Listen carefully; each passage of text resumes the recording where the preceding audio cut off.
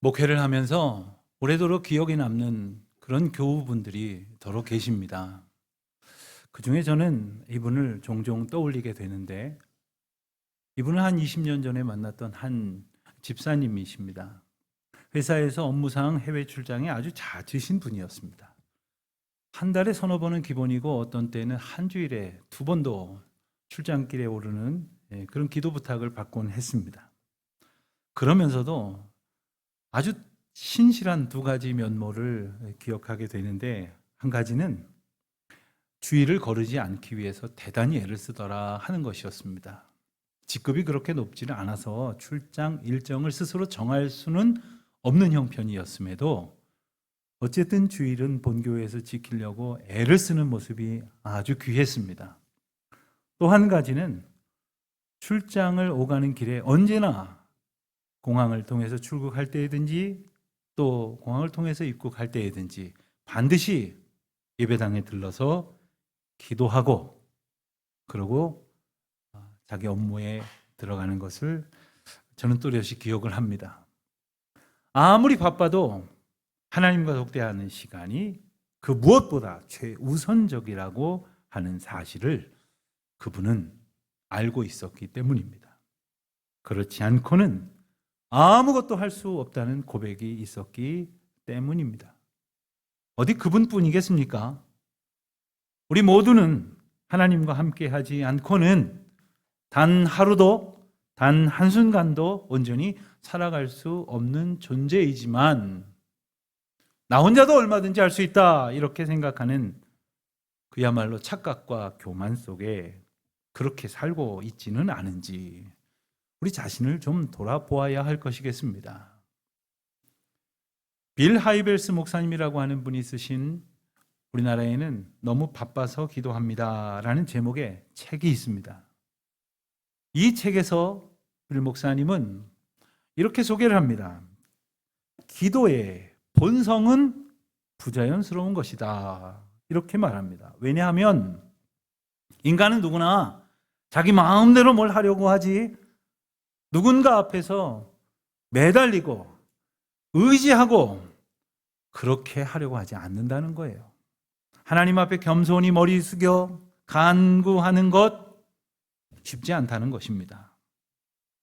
인간의 교만한 본성 때문이겠죠. 그렇지만 하나님 앞에 기도하게 되는 것을 우리가 얻었다면 이미 은총의 시작을 경험하게 된 것입니다. 기도하게 하시는 하나님의 은혜 앞에서 우리는 하나님의 평강과 만납니다. 그리고 친밀한 연합을 통해서 그분의 능력을 접하게 됩니다. 마침내 우리는 아무 힘도 아무 공로도 없지만 우리를 도우시는 하나님의 능력을 힘입어서 어떠한 어려운 일도 고통스러운 일도 넉넉히 이겨낼 줄로 믿습니다.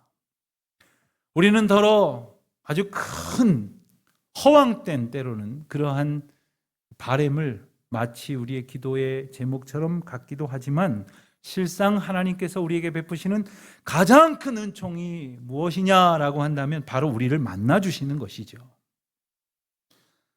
그뿐 아니라 하나님께서 우리와 항상 함께 계시고 우리를 지켜주시고 언제나 좋은 것으로 채워주시는 복을 매 순간 우리에게 부어주신다는 것 아닙니까? 문제는 우리가 그것을 잊고 살아간다는 데에 있는 것입니다. 하나님은 이것을 우리가 잊지 않고 언제나 기억하고 깨닫게 해주시려고 다양한 방법으로 그 하나님의 뜻을 우리에게 일깨워 주십니다. 이것을 어려운 말로 한다면 계시다, 우리에게 계시하신다 이렇게 말할 수 있겠습니다. 이미 우리에게 주신 성경 말씀을 통해서 계시하시고 또 이 성경 말씀을 오늘에 주시는 양식으로 풀어주심으로 알게 하십니다. 때로는 성령의 인도하심을 통해서 또 때로는 이 세상에서 우리가 만난 수많은 사건과 현상들을 통해서 하나님께서는 그 뜻을 우리에게 일러 주십니다. 그 모든 하나님의 계시의 궁극적인 목적이 무엇이냐 하면 바로 하나님이 우리에게 언제나 함께 하시는 약속의 여호와이심을 알게 하시려는 것, 바로 이것입니다. 그래서 주님은 우리가 이 시간 주님 앞에 예배할 때에 우리 가운데 임재하시고 찬송할 때에 영광을 받으시며 우리가 하나님 앞에 기도할 때에 우리에게 응답하여 주시는 분이십니다. 말씀을 읽으려고 할 때, 또 들으려고 할 때에 우리에게 지혜를 주셔서 인격적으로 깨닫게 해 주십니다. 그리고 이와 같은 사랑과 인도하시는 은혜를 오래전부터 우리가 놓치지 않고 알게 해 주시려고 말씀을 통해서 수많은 선지자들과 하나님의 백성들을 통해서 일러 주셨던 거죠. 그런데 여기에 아주 치명적인 장애 요소가 하나 있습니다. 그것은 바로 우리의 죄라는 녀석이죠. 이 죄 때문에 우리가 하나님께로 가까이 갈 수가 없는 겁니다. 우리가 하나님과 연합할 수가 없는 겁니다. 이 죄의 문제를 우리는 해결할 수도 없는 거죠. 주님께서는 이 죄의 문제를 해결해 주시려고 우리에게 특별한 제도를 허락하여 주셨으니 그것이 바로 제사 제도인 것입니다. 이것은 구약 성경에나 나오는 단순한 종교적인 의례가 아닙니다. 하나님과의 관계가 회복되도록 하시는 놀라운 은혜의 방편입니다. 그리고 주님과의 연합이 가능하도록 끝없이 우리에게 베푸시는 은혜입니다. 구약의 제사에 대해서 우리가 살펴보면 그 제사의 기본형이 있으니 그것은 바로 제물이 바쳐지는 것입니다. 어떻게 바쳐지느냐? 죽어지는 것입니다. 왜 제물이 바쳐지고 왜 제물이 죽어져야 하느냐? 본래는 죄를 지은 우리가 바쳐져야 되고 우리가 죽어져야 하거든요. 그런데 하나님께서는 우리에게 생명의 은혜를 일깨워 주시고 그리고 날마다 주와 동행하는 은총을 주시기 위하여 죽어야 할 우리 대신 제물이 죽어지도록 은혜를 베풀어 주신 거예요. 그 제물이 죽어야 할 우리 대신 죽음으로 우리가 죽음을 면케하신 것이죠. 죄도 그래서 사함받게 해 주신 겁니다. 그렇게 제물을 바치는 제사 제도가 이스라엘 백성들 가운데에 시작이 된 것입니다. 구약 성경에 나오는 그 여러 종류의 제사를 기본적으로 한 5가지로 나눌 수가 있는데 이것이 바로 레위기 1장부터 5장까지 나오는 내용입니다. 여러분 잘 아시는 대로 그 안에는 번제와 소제가 있고 화목제와 속죄제, 속건제가 있습니다. 번제는 제물을 모두 태워드리는 방식의 제사입니다. 그러니까 전적인 헌신 그리고 전적인 순종을 상징합니다. 소제는 곡식을 예물로 드리는 제사입니다. 그래서 삶의 구체적인 자리에서 하나님 앞에 늘 감사를 고백하는 제사가 바로 소제입니다. 화목제는 어떤 것이냐? 이 제사의 기본은 하나님과 백성들 사이의 관계의 회복인데 하나님과 우리뿐 아니라 하나님을 통해서 연결된 우리의 이웃들, 우리의 형제요 자매인 공동체 구성원들 간의 화목과 평화를 이룰 수 있도록 허락하신 제사가 바로 화목제입니다. 그리고 속죄제와 속건제는 우리가 알게 혹은 모르게 지은 죄를 씻어주시는 하나님의 은혜. 그래서 영적 관계성이 날마다 새로워짐으로 하나님과의 관계의 장애물들을 제거하시려고 허락하신 제사가 바로 속죄제와 속건제입니다. 오늘 본문에서는 그러한 제사의 의미가 다 담겨져 있는 우리의 일상 속에서 드리는 제사, 일상 속에서 드리는 번제. 그래서 이 본문을 민수기 신명기에서는 상번제, 일상 속에서 드리는 번제다 그래서 상번제다 이렇게 부르기도 한 제사에 대한 말씀이 소개되고 있습니다. 오늘 우리가 읽은 것처럼 이것은 매일 아침에도 저녁에도 그렇게 드려지는 그러한 제사입니다. 오늘날로 말하면 아침에도 저녁에도 예수 그리스도의 이름으로 하나님 앞에 기도하고 찬송하고 예배하는 것을 의미하는 것이죠. 어떻게 느껴지십니까? 아침에도 저녁에도 너무 부담스러운데 혹 이런 생각이 드십니까? 만일 아침에도 하나님께서 놀라운 은혜의 진수성찬을 주시고 저녁은 또 저녁대로 아주 근사한 잔치상을 베풀어 주신다고 하면 좀 기분이 달라지십니까?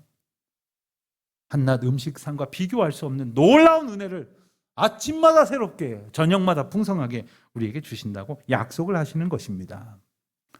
이 제사의 방법이나 내용을 설명하는 내용 가운데 가장 두드러지는 단어를 하나 꼽는다면 바로 42절에 나오는 늘 드릴 번제다 할 때 저는 이 늘, 항상, 끊임없이 라는 의미의 단어를 꼽고 싶습니다.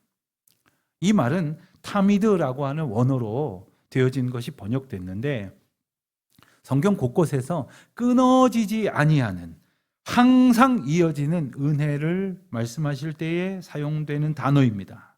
무슨 말입니까? 하나님의 은혜는 우리한테는 이 끊어져서는 안 되기 때문에 끊임없이 언제나 항상 우리에게 부어지시도록 우리를 아침마다 저녁마다 인도하여 주신다는 겁니다. 그저 우리가 아무것도 하지 못하도록 아침에도 저녁에도 우리를 피곤하게 하시려는 것이 아니라, 그래서 마치 의무적인 형식이 아니라 하나님과의 거룩한 관계 회복이, 그리고 영적 연합이 아침마다 저녁마다 풍성히 우리에게 부어주시겠다는 약속인 것이죠. 이것은 삶의 형편이 좋든 나쁘든, 혹은 전쟁을 치렀든 평화의 시대를 지냈든, 전쟁을 치르더라 하더라도 이겼든 졌든, 풍성한 수확을 거두었든 아니면 그 모든 것을 다 잃어버린 큰 재난을 만났든 변함없이 언제나 우리에게 하나님께서 요구하시는 것입니다. 그러나 저는 지금 요구라고 표현했지만 하나님께서 어떠한 상황에서도 부족함 없이 충분한 은혜를 부어주시겠다고 말씀하시는 거예요. 매일 아침 마치 하늘에서 하늘 양식이 비처럼 내렸던 것처럼 말입니다. 하나님께서는 그렇게 우리에게 부어주시는 은혜를 선제적으로 약속하시는 말씀이 바로 오늘 본문의 내용입니다. 우리는 그럼에도 불구하고 과연 그래도 그렇지 매일매일, 그것도 아침 저녁으로 이렇게 제사가 필요했을까? 말할 것도 없이 이것이 필요했던 것은 우리는 하루도 하나님께서 우리를 깨끗하게 하시는 은혜를, 하나님께서 우리를 풍성히 채워주시는 은총을 얻지 않고는 죄를 이길 수 없는 연약한 존재이기 때문이죠.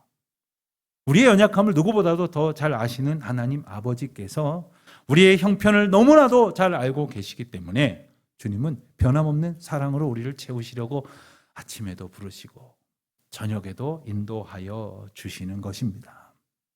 그래서 그 길에서 벗어나지 않도록, 죄 가운데에 낙담하지 않도록, 은혜에서 멀어지지 않도록 언제나 주님만 의지하도록 우리를 부르신다, 이겁니다. 여기에 무슨 조건이 있습니까?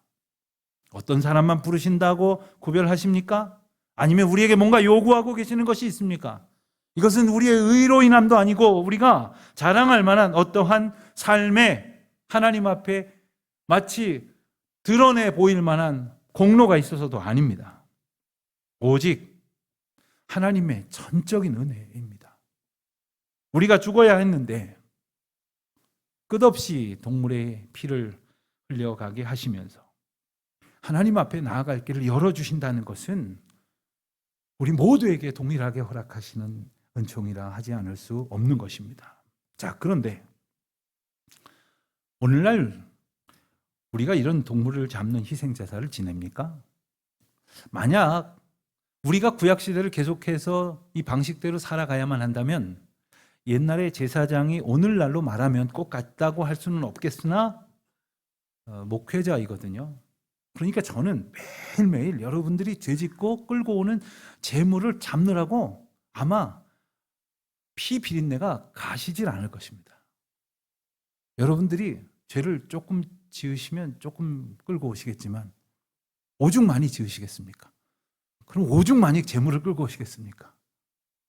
그 재물을 다 잡으려면 우리는 계속해서 이 피의 제사를 지내는 것만으로도 아무 일도 하지 못할 것입니다. 그러나 어떻습니까? 십자가에서 예수 그리스도께서 단번에, 그것도 완전한 희생 제물이 되어 주심으로 십자가의 보혈로 우리 모든 죄를 씻어 주셨으니 우리가 더 이상 이 동물의 피에 의지하여 정결함을 얻는 것이 아니라 예수 그리스도의 보혈에 의지하여 깨끗함을 받게 되었으니 이 얼마나 놀라운 은혜입니까? 이 얼마나 놀라운 감격입니까? 우리가 무엇을 했다고, 우리가 무슨 공로가 있어서, 우리가 하나님 앞에 무슨 선행을 감당했다고 이와 같은 은혜를 주시는 것입니까? 또 한 가지 오늘 본문을 통해서 우리가 분명히 기억해야 할 중요한 단어가 있다면 42절에 언급되어지는 거기서라는 장소일 것입니다. 저는 언젠간 약속 장소를 착각해서 시간은 그리고 누구를 만나는지도 무슨 일을 하는지도 분명히 기억을 했는데 약속 장소를 늘 만나던 곳이 아닌 변경된 곳으로 가지 않고 습관을 따라서 늘 모이던 곳으로 갔다가 낭패를 본 적이 있습니다.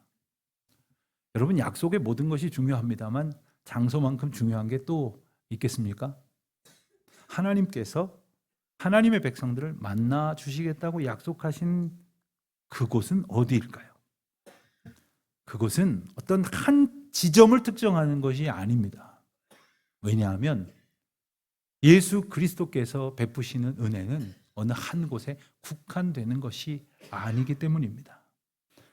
그리스도의 보혈을 하나님께서 우리에게 주시는 구원의 방편으로, 우리에게 주신 은혜로 고백하는 그 모든 자들의 찬송이 있는 곳에, 모든 자들의 기도가 있는 곳에, 모든 자들의 고백이 있는 곳에 하나님께서는 임하시고 그곳에서 그의 백성들을 만나주시고 말씀하신다는 것입니다. 무엇 때문에 이것이 가능합니까? 예수 그리스도의 보혈 때문에 그 이름을 의지하는 모든 자들을 만나주신다고 하시는 것이죠. 그러니 예수의 보혈이 얼마나 놀라운 것입니까? 사랑하는 성도 여러분, 우리는 간절히 주님을 만나기를 원하는데 주님께서는 우리를 만나실 계획이 없다고 한다면 어떻게 하면 좋겠습니까? 여러분, 내가 누구를 꼭 만나서 부탁할 게 있는데 아무리 청해도 만나주지를 않으면 어떡합니까? 시간을 좀 허락해 주십시오. 시간을 내주지 않으면 어떡합니까? 답답한 노릇이죠. 그러나 주님은 우리가 주님을 만날 수 있는 그 어떤 공로가 없음에도 불구하고 우리를 만나 주시겠다고 약속하시고 우리보다 더 먼저 그 자리에서 그 자리를 거룩하게 하시고 우리를 기다리신다고 약속하십니다. 그것도 매일 아침, 매일 저녁, 언제나 말입니다. 변함없는 하나님, 신실하신 하나님이 매일 아침 저녁으로 주님의 은혜를 얻지 않고는 살 수 없고 생명의 말씀을 듣지 않고는 온전히 살아갈 수 없는 존재가 바로 우리임을 알고 계셨기 때문에 우리를 만나 주시겠다고, 그리고 그때마다 우리에게 분명히 말씀하시겠다고 약속해 주신 것입니다. 자, 그러면 어떻게 하면 좋겠습니까? 우리의 삶의 자리를 주님을 만날 만한 곳으로 거룩하게 준비하고 있습니까? 놀라운 것은 하나님께서 우리를 만나 주시려고 예비하신 그 장소, 그곳을 거룩하게 하시는 은혜도 우리 주님께서 우리에게 베풀어 주신다는 거예요.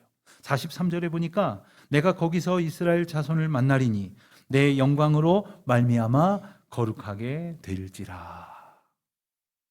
우리가 거룩하게 할 수 있는 게 아니라는 거예요. 우리가 아무리 애를 써도 내 발을 딛고 살아가는 이 한 뼘도 거룩하게 할 수 없습니다. 그러나 주님께서 우리와 함께 하심으로 우리의 삶의 자리는 거룩한 곳이 되었습니다. 우리는 새로운 예배당을 짓고 있습니다. 예배당이 새 거이기 때문에 그것이 거룩해지는 겁니까? 빚까지 내가면서 그렇게 최신의 그러한 재료를 써가지고 근사하게 지어 놓으면 거룩해지는 겁니까? 아니었습니다. 그것이 어떤 곳이든 간에 주를 의지하고 주님의 인도하심을 감사함으로 고백하는 성도의 찬송이 있다면 주님은 그곳을 하나님의 예비하신 은혜의 장소로 거룩하게 하시고 그리고 우리를 인도하여 주시며 우리 가운데 임하셔서 그곳을, 그리고 그곳에서 주님을 바라보는 모든 성도들을 거룩하게 하실 줄 믿습니다.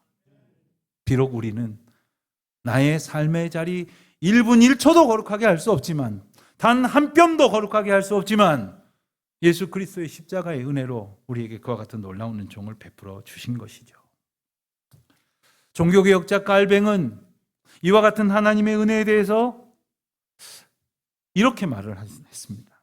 무한하신 하나님이 좁디 좁은 성막이라는 아주 제한된 공간 안에서, 그러니까 하나님 스스로를 아주 힘겹게 제약해 가면서 우리를 만나 주시기로 한 것은 인간의 연약함을 배려하신 하나님의 놀라운 겸손과 사랑이다. 이렇게 해설을 해주고 있습니다. 무슨 뜻입니까? 하나님은 어디에서 어떤 방식으로 언제나 아무 제한이 없으신 분이지만 우리는 너무나도 어리석어서 우리의 방식, 우리가 생각하는 그 틀 안에서 우리에게 주시는 하나님의 은혜가 아니고서는 하나님을 느낄 수 없는 무지몽매한 존재였거든요. 우리를 향한 그 사랑이 오늘 우리를 찾아와 주시는 은총으로 구체화된다는 말씀인 것입니다. 여러분, 어린 아이들을 둔 가정에서 외식을 하면 메뉴 결정은 어떻게 하십니까? 돈 내는 사람이 먹고 싶은 거 먹습니까? 아니면 평소에 음식하느라고 수고한 아내가 혹은 아이들 엄마가 메뉴를 고를 수 있습니까? 아마도 많은 가정에서 어린아이들이 좋아하는 것을 메뉴로 택할 것입니다. 혹 어린아이들이 매운 건 못 먹으면 맵지 않은 것으로, 딱딱한 것 못 먹으면 부드러운 것으로, 어린아이들이 아주 좋아하는 음식이면 그 음식점을 찾아서 그렇게 메뉴를 택하지 않습니까? 무엇 때문입니까? 가장 작고 가장 약한 어린아이들을 사랑하는 할아버지 할머니 또 부모님의 그 넘치는 그리고 풍성한 은혜와 사랑 때문 아닙니까? 오늘 도무지 만날 수 있는 은혜를 아무런 준비도 하지 못한 우리를 찾아주시는 하나님의 은혜가 우리 가운데 풍성히 임하여 주셨으니 주님을 만날 수 있는 복이 저와 여러분에 가득할 수 있게 되시기를 바랍니다. 하나님은 왜 그토록 우리를 만나려고 하셨을까요? 사실 우리가 뭐 유익이 되겠습니까? 하나님 입장에서 뭐 아쉬운 것이 있으시겠습니까? 그럼에도 불구하고 하나님께서 예비하신 시간과 장소에 예비하신 은혜로 우리를 만나 주시겠다고 하신 구체적인 이유 몇 가지가 44절로 46절 가운데 이렇게 소개가 되고 있습니다. 44절을 보니까 아론과 그의 아들들도 거룩하게 하여 내게 제사장 직분을 행하게 하여. 하나님께서 우리를 만나 주시는 이유는 우리에게 하나님의 평강과 능력을 부어주심으로 우리에게 맡기신 사명을 감당하는 복을 얻게 하시기 위함입니다. 그것도 우리뿐만 아니라 우리의 자녀, 손들에 이르기까지 그와 같은 은혜를 베풀게 하시겠다는 거죠. 저는 믿음이 없어서 그런지 가끔 그런 걱정을 할 때가 있어요. 이 험한 세상을 보니 우리 자녀들은 어떻게 살아갈 수 있을까? 우리의 손주들은 이 험한 세상에서 과연 믿음을 지켜 살아갈 수 있을까? 그런 생각을 하곤 합니다만은 하나님께서 걱정하지 말라고 말씀하시는 거예요. 우리를 만나 주심으로, 우리를 거룩하게 하심으로, 우리를 온전하게 하심으로, 우리를 하나님 앞에서 굳건하게 하실 뿐 아니라 그와 같은 은혜를 아론과 그의 아들들에게 주시는 것처럼 저와 여러분의 자녀들과 또한 자녀들의 자녀들에 이르도록 넘치게 부어주실 줄 믿습니다. 또한 45절 말씀을 보니까 더욱 중요한 하나님의 의도가 소개가 됩니다. 그것은 바로 이스라엘 자손 중에 거하시겠다. 이스라엘 자손 중에 거하시겠다고 하셨어요. 그러니까 하나님께서 우리 가운데 거하시겠다고, 우리가 때로는 느끼지 못할 때에도, 심지어 우리 곁에서 우리를 붙들어주고 계심에도 불구하고 어리석어서 주님 어디 계십니까? 라고 항변할 때에도 우리 가운데 거하시겠다고 말씀을 하십니다. 왜요? 그래야 우리가 사니까요. 그래야 우리가 생명을 얻을 수 있으니까 말입니다. 또한 46절에 보니까 그렇게 우리를 인도하시고 만나주신 목적 가운데에서 이스라엘 백성들을 애굽으로부터 인도하여 내셨다고 다시금 확증하여 주십니다. 여러분 기억하십시오. 그 옛날 이스라엘 백성들을 인도하여 주신 이유가, 또 저와 여러분의 개인적인 삶의 자리에서 넘어졌던 우리를 일으켜 주신 이유가, 고난 가운데 좌절했던 우리를 위로해 주신 이유가 바로 날마다 함께 하심을 알게 해 주시려고 베풀어 주신 은총이라는 것이죠. 어떤 분들의 현실은 참으로 암담할런지 모릅니다. 여러분들의 시각 속에는 이 세상이 아무런 소망이 없어 보이는 분들도 많이 계실 것입니다. 또 때로는 육신이 연약해져서 경제적인 문제로 혹은 말 못할 내 삶의 형편으로 인하여 불안하고 근심될 때가 얼마나 많습니까? 그러나 그렇든 저렇든 너의 사정이나 형편이 어떠하든지 내가 지금 너를 만나리라. 아침마다 새롭게 하리라. 저녁마다 풍성하게 하리라. 우리는 비록 주님 앞에 드릴 것 아무것도 없을지라도 변함없는 사랑으로 우리를 만나 주시겠다고 오늘도 인도하시는 주님 앞에, 오늘도 약속해 주시는 주님 앞에, 오늘도 그 은혜를 베풀어 주시는 주님의 사랑 앞에 오직 예수 그리스도 이름 붙들고 믿음으로 나아가는 저와 여러분 되시기를 주님의 이름으로 축원드립니다.